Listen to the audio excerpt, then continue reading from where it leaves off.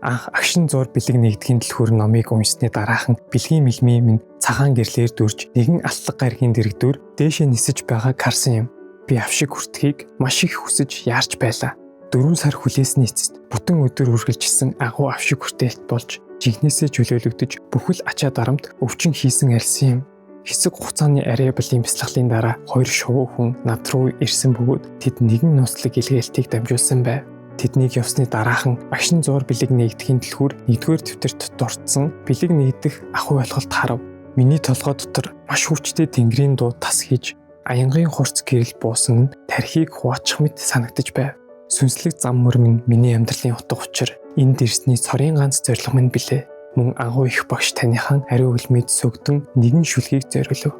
Үснийх нь ганцхан ширхэг сая нарны гэрэлтэй. Үгсийнх нь нэгхэн үсэг сүнсийг сэрэх айцтай. Харцных нь ганцхан агшин зүрхийг уйраах хүчтэй. Хайрынх нь нэг л их шиг орчлонг бөөлөх өвдөстэй. Танд зориулсан хэдхэн мөрийг нарны гэрлээр шаглан тэнгэрийн цэцэг шигтгэн ирэх болгон барив. Бодлын тэнгисээс совд шүүрдэн сарны туяагаар мэтгэн бадмын дэлбэг хөөрдөн суудал болгон засав. Монголоос амар баясгалан.